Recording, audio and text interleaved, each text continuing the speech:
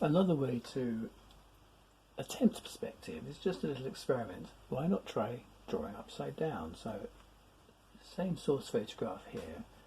I'm doing this with charcoal and chalk on sugar paper. So the sugar paper is going to represent the actual colour of the house. So I'm just going to draw the shapes I see of the sky.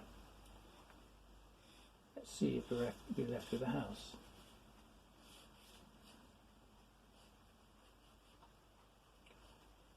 You can see what I'm doing, just going along it in simple stages.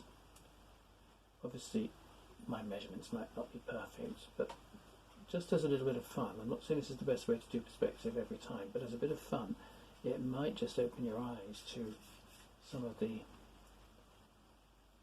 subtleties of perspective without worrying about all these lines are getting you confused. So there we are, I've drawn the shape of the sky, so this is the top, and of course, let's go a stage further.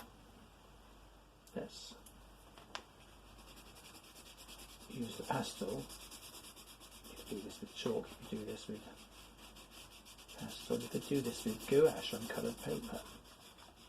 It's a negative space exercise, which is a traditional way of getting the other half of your brain to help solve a problem. So if we colour this all in with our sky,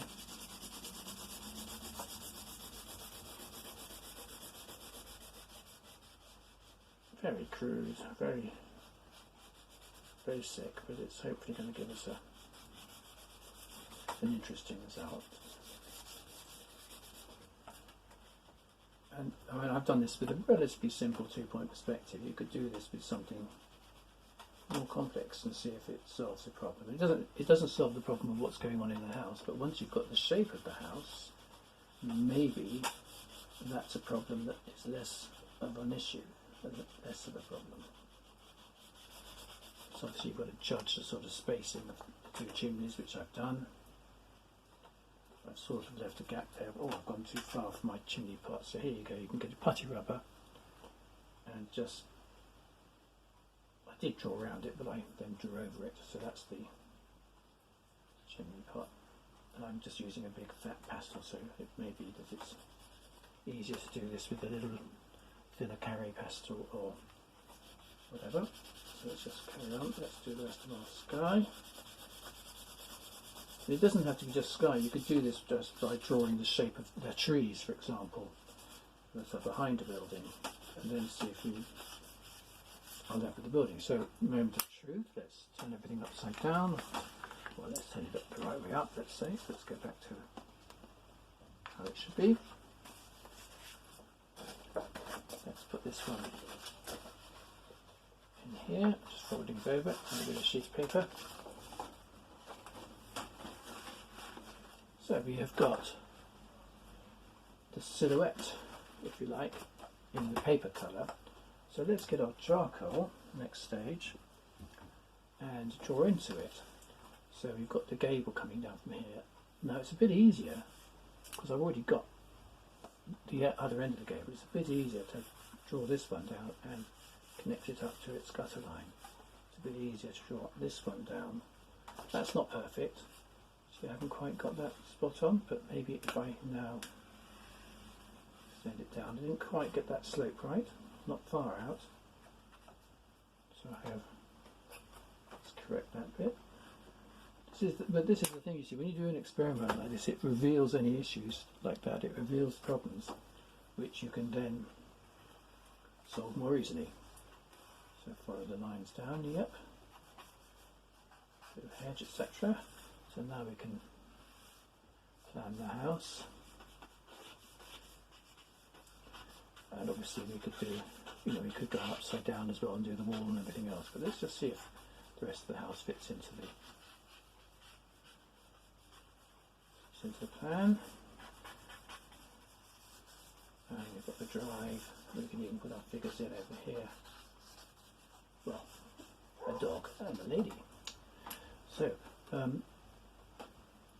we can now get the rubber and rub out that vertical line where it's obscured by the shrub. We can add some highlights. We can put the window frames in. Let's do this. When you've got a house like this with several windows, let's just do all the tops, 1, 2, 3, all the bottom edges, 1, 2, 3, top of the bottom window here, and now we can start putting in the verticals. I'm just doing it very, very simply here. I'm not doing a meticulous study. That middle window I've got slightly too fat. Does the principle work though? That's the point. Another window down here. And let's go back to our charcoal so we can start putting in dark in that window, a bit of dark in that window, tiny bit of dark in this window.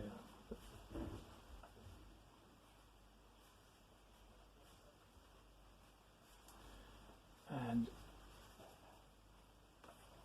we'll put a little bit of shade on the whole of this wall if I can get it flat enough. Because the house has got light on this wall. I'll leave that as the colour of the stonework and just put a soft shadow across this wall, just to see if I've got the basics. And of course this is only a very simple sketch. I could of course develop it, work into it with all the different colours, all the different details, but let's just put the shadows on the side of the chimney pots and the chimneys themselves.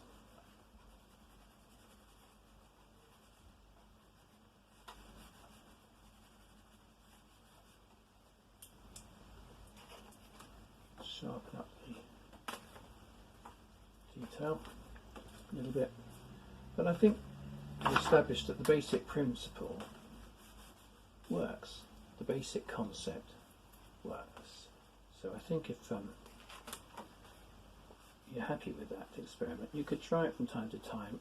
Let's say if you weren't pleased with the sketch you perhaps drawn in a more regular way, maybe you haven't got the haven't solved the problems, turn it upside down, see if you can see where the shapes are wrong. It's a great way of understanding your ability to draw. So here we go. Photograph, sketch. I think we're on the right track here, guys. A few more shadows.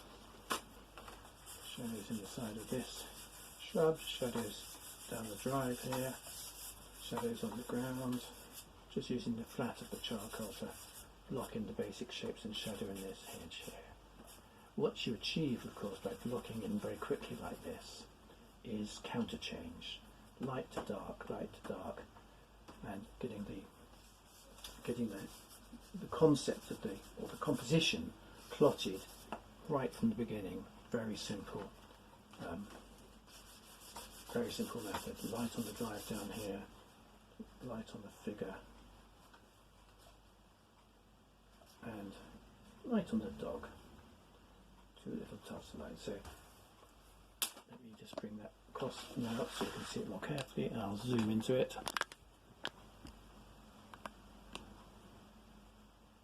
So one sketch of a little Cornish cottage with figures, everything hinted at, ready to go.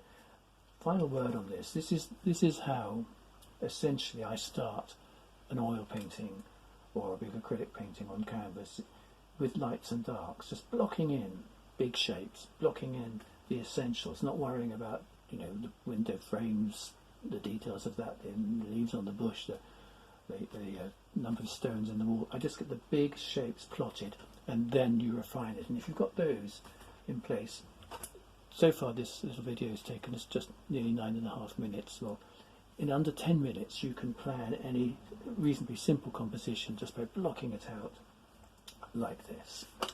Thank you for watching.